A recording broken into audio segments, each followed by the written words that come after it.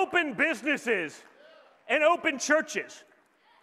What we've seen in some of the more left-leaning states is exactly the opposite. The only thing that they have open is open borders. And it doesn't work, guys. In the first 30 days of Joe Biden's presidency, all of the things that I said would come true in the book Liberal Privilege that I wrote last summer are happening. We listened to months of media telling us that Joe Biden, he's a moderate, don't worry. He's not going to end energy. He's not going to end pipelines, which is partially correct. He's not going to end Russian pipelines. He's only going to end American pipelines. The Russian ones are just fine. They're going to cave to China. No, that was never going to happen. Of course it happened. China is going to eat our lunch? Come on, man. They're not bad folks, but guess what?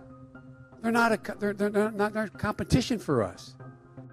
There was a debate here in the United States, and quite frankly, throughout most of the West, as whether a rising China was in the interest of the United States and the wider world.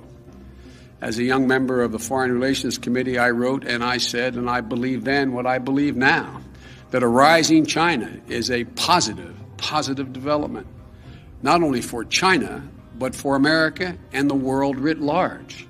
Joe Biden, while he was vice president, took billions of dollars in bribes from the Chinese government in the form of payments to his son Hunter's businesses. In exchange, Biden was soft on Chinese military and economic aggression. We're not trying to contain China. We're not trying to slow down Chinese growth. The growth of China is overwhelmingly in our interest. The Chinese government putting billions of dollars into Biden family business. 100%. It's a disgrace. And then he says China is not a competitor of ours. China is a massive competitor of ours. The US Vice President Joe Biden has launched a week-long tour of East Asia with a visit to China. The two financial heavyweights stressed the need for a close relationship if the global economy is to return to health. Biden's host, the Chinese Vice President Xi Jinping. If there's anything great about the Chinese economy and their technology, it's because they've stolen all of our brilliant ideas and trade secrets from needy tech companies who cave to Chinese whims for market share.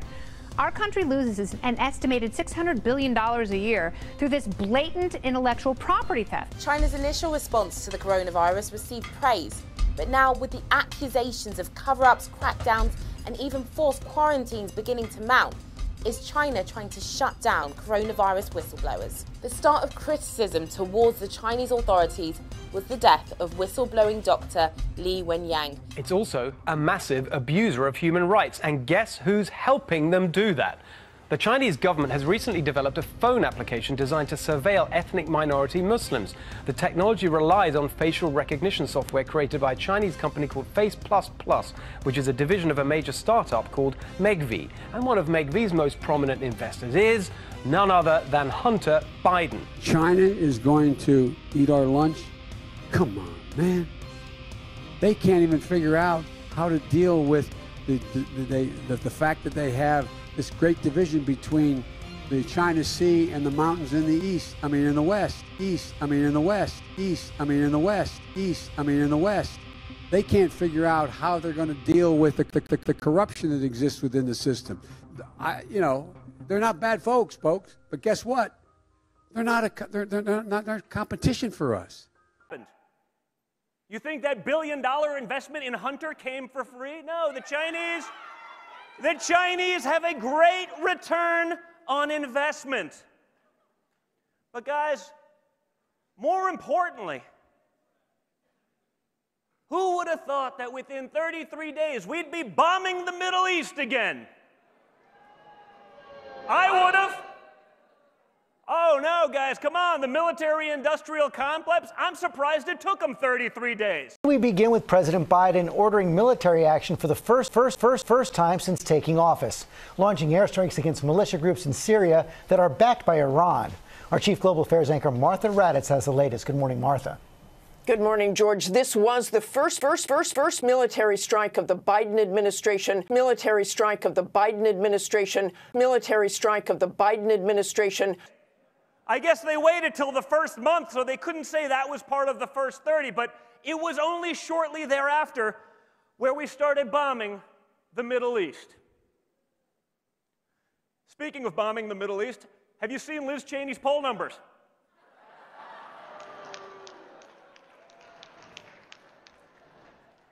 No, listen, the one thing I'll say for Liz Cheney is I'm sure she has a lot of bipartisan support, because if there's one thing that she and Joe Biden definitely want to do, it's bomb the Middle East.